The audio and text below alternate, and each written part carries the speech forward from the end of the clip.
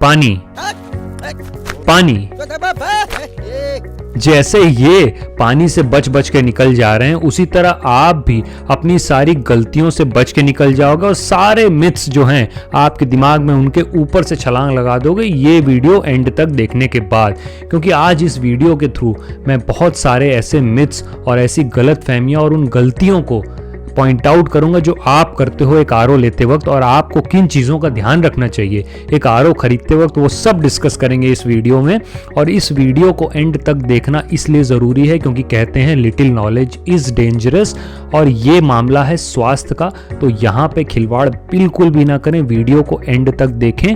और अगर सब्सक्राइब नहीं किया है तो ऐसी यूजफुल इंफॉर्मेशन आपको निकट भविष्य में भी आपके फीड पे दिखती रहे और आप मिस ना करें, उसके लिए सब्सक्राइब ज़रूर कर लें। तो चलिए वीडियो की शुरू करते हैं।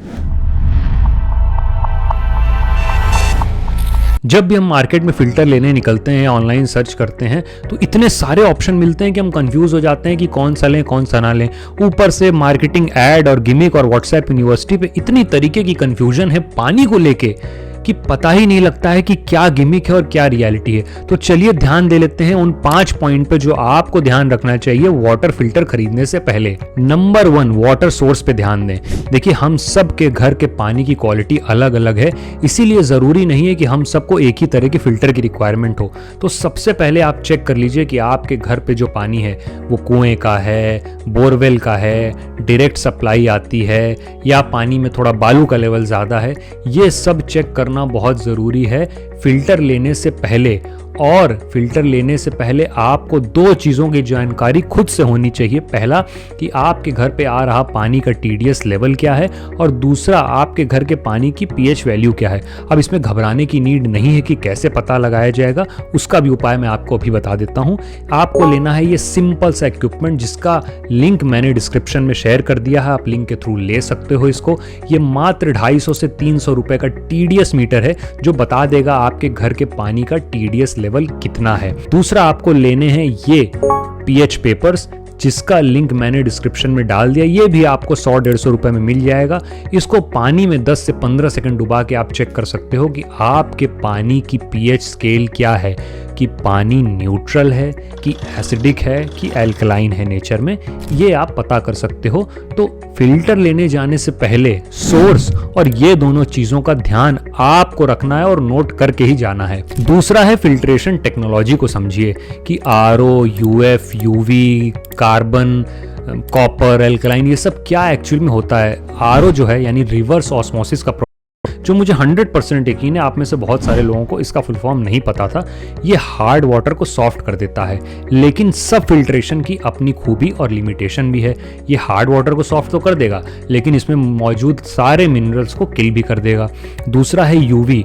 यूवी आपके पानी में मौजूद बैक्टीरिया को तो किल कर देता है, लेकिन पानी को हार्ड से सॉफ्ट ना कर पाना और पानी में जो टोटल डिजॉल्व सॉलिड्स हैं, अलग अलग तरह के मिनरल्स जिनके साथ अशुद्धियां भी हैं, उसको ये नहीं खत्म कर सकता है। तीसरा है यूएफ यानी अल्ट्रा फाइन मेम्ब्रेन।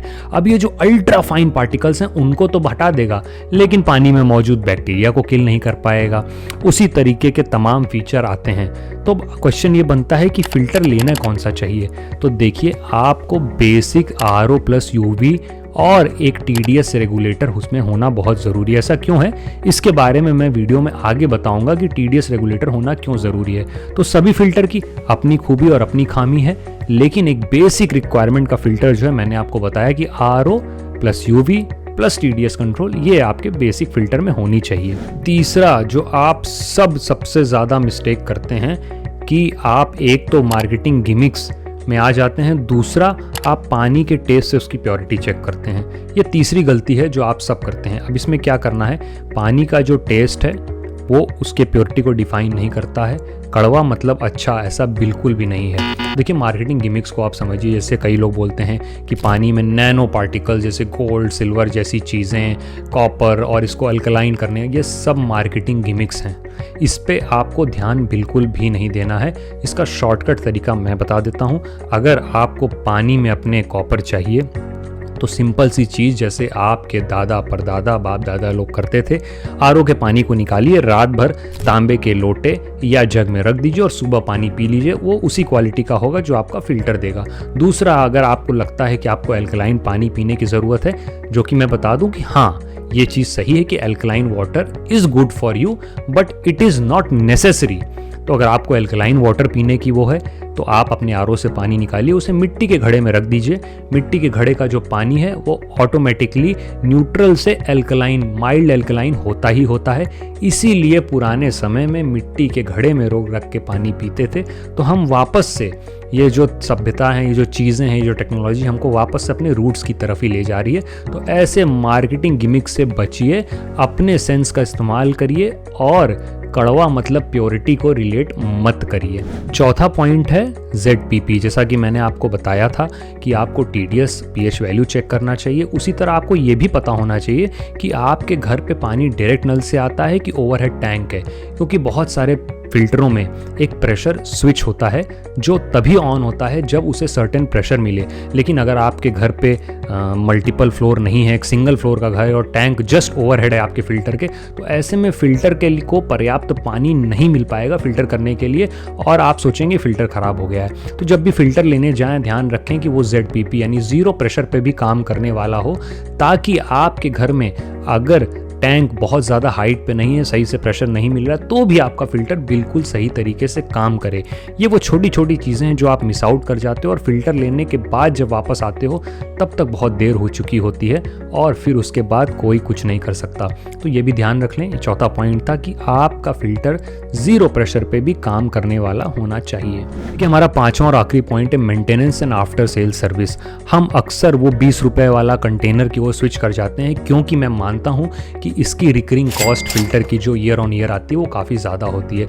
लेकिन आप ये भी समझिए कि हेल्थ पे किया हुआ इन्वेस्टमेंट वो खर्चा, एक्सपेंस नहीं है, वो एक इन्वेस्टमेंट है आपको फ्यूचर प्रॉब्लम से बचाने के लिए। और मैं आपको लिखित में दे सकता हूँ कि अगर आपने एक बार फैक्ट्री में देख लिया कि उस कंटेनर में किस तरह से पानी भरा जाता है, वो 20 रुपये वाले कंटेनर में, तो आप उसे दोबारा लेने की हिम्मत नहीं करेंगे। ऑल्सो जो पैक्ड कंटेनर आते हैं बिस्लेरी एंड बाकी कंपनीज के, अगर वो सेफेस्ट फॉर्म से फिल भी किए जा रहे हैं तो भी उसका TDS लेवल जो होता है वो 100 से नीचे होता है। और आपकी जानकारी के लिए मैं ये बता दूं कि WHO के हिसाब से TDS लेवल जो है वो 300 से नीचे होना चाहिए, यानी 150 से 300 के बीच का TDS ही आपके लिए सही है।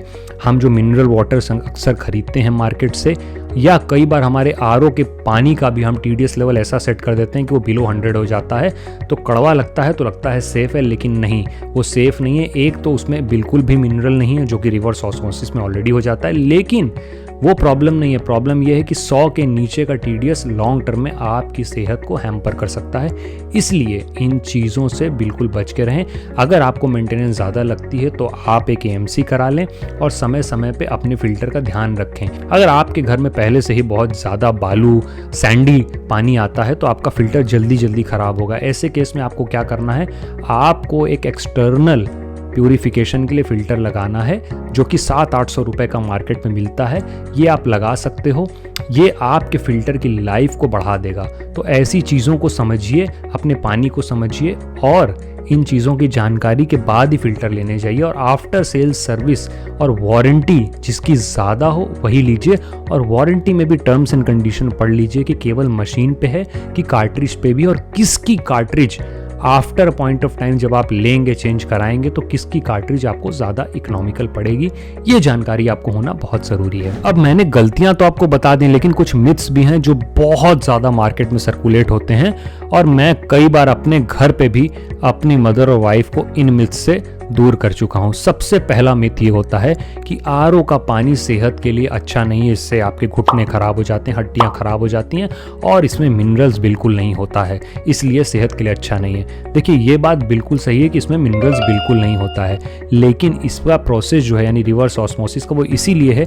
कई बार आपके पानी में बहुत ज़्यादा मिनरल्स होते हैं या कई सारे ऐसे डिजॉल्व सॉलिड्स होते हैं जो इन मिनरल्स के साथ आपके अंदर चले जाते हैं। तो इन मिनरल्स के जाने से जितना फ़ायदा नहीं होता है उतना उन सॉलिड्स के आपके बॉडी में पहुंचने से नुकसान होता है। और as a matter of fact मैं ये भी बता देना चाहता हूँ कि आपके बॉडी की जो 99% मिनरल्स की रिक्वायरमेंट है वो फूड से पूरी होती है, केवल 1% ही पानी से पूरी होती है। तो पानी में अगर मिनरल नहीं भी है तो भी चलेगा, रैदर की मिनरल के साथ और भी अशुद्धियाँ आपके अंदर चली जाएं। तो ये एक बहुत बड़ा मिथ है कि आरओ के पानी से सेहत खराब हो जाती है। दूसरा मिथ है कि सारे फिल्टर सब तरह की अशुद्धियाँ मिटा देते हैं। ऐसा नहीं है, मैंने आपको दूसरे पॉइंट में बताया था फिल्ट्रेशन के अलग अलग क्या लेवल होते हैं।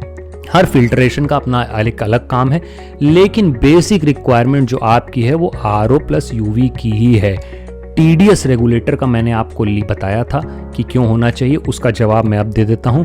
टीडीएस रेगुलेटर इसीलिए होना चाहिए क्योंकि कई बार पानी जब आपके घर में अगर वैसे ही कम टीडीएस का, यानी मान लीजिए आपके घर में 600 का टीडीएस है, तो 90% रिड्यूस करके मैक्सिमम फिल्टर उस पानी को देते हैं, यानी टीडीएस कर देंगे 60 का, जो कि सेहत के लिए अच्छा नहीं है। बहुत सारे और अब तकरीबन सभी फिल्टरों में टीडीएस रेगुलेटर आता है, तो जब भी लें टीडीएस रेगुलेटर वाले लें, ताकि जब पानी बाहर निकलेगा आप उसको इस फिल्टर की मदद से, इस टीडीएस मीटर की मदद से, ये मैंने यहाँ रखा हुआ है, इससे चेक कर लें।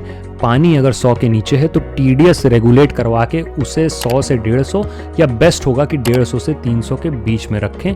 इसीलिए ये मिथ जो है बहुत ज़्यादा वाइड स्प्रेड है मार्केट में। तीसरा मिथ है कि एल्कलाइन पानी ही पीना चाहिए, एल्कलाइन फ़िल्टर ही अच्छा है। देखिए, जैसा मैंने बताया, हर केस में हर चीज़ ज़रूरी नहीं होती है। एल्कलाइन अगर आप फ़िल्टर लेना चाहते हैं बिल्कुल ले सकते हैं, उसमें कोई हार्म नहीं है। लेकिन अगर आपके पास पहले से फ़िल्टर है तो इस पर पैसे खर्च करने की कोई नीड नहीं है। हाँ, एल्कलाइन पानी सेहत के लिए अच्छा होता है, लेकिन इतना भी नहीं कि आप उस पर एक्स्ट्रा पैसे खर्च करें। उसका सॉल्यूशन मैंने आपको दे दिया था। तो दोस्तों, जैसा मैंने आपको बताया कि पानी एक बहुत अहम हिस्सा है हमारे स्वास्थ्य का, हमारी दिनचर्या का, तो इससे रिलेटेड जानकारी आपको पूरी तरीके से होनी चाहिए। और मेरा ये रिस्पॉन्सिबिलिटी बनती है कि मैं आपको इन सारी प्रॉब्लम से, इन सारे मिथ्स से अवगत कराऊं, और अगर आपके दिमाग में किसी भी तरह की कन्फ्यूजन तो उसे क्लियर करूं, ताकि आप और आपका परिवार दोनों स्वस्थ रह सके, और आप जब भी मार्केट में ऐसी चीज़ें खरीदने जाएं तो गलत ना खरीदें। इसके अलावा भी अगर आपके पास किसी भी तरह की कन्फ्यूजन है दिमाग में तो आप कमेंट सेक्शन में लिखिए, मैं उसे बिल्कुल सॉल्व कर दूंगा। तो सावधान रहें, सतर्क रहें। ये वीडियो पसंद आया हो तो इसे लाइक कर दें और अपने फ्रेंड्स एंड फैमिली के साथ शेयर करना बिल्कुल भी ना भूलें, क्योंकि ये एंटरटेनमेंट नहीं, ये जानकारी के लिए वीडियो है और सबको इन चीज़ों की जानकारी होना बहुत ज़रूरी है। सावधान रहिए, सतर्क रहिए, इजी इलेक्ट्रॉनिक्स देखते रहिए। आपका दिन शुभ हो। मैं मिलूंगा अगले वीडियो में इसी तरह की किसी यूज़फुल इन्फॉर्मेशन या प्रोडक्ट के रिव्यू के साथ।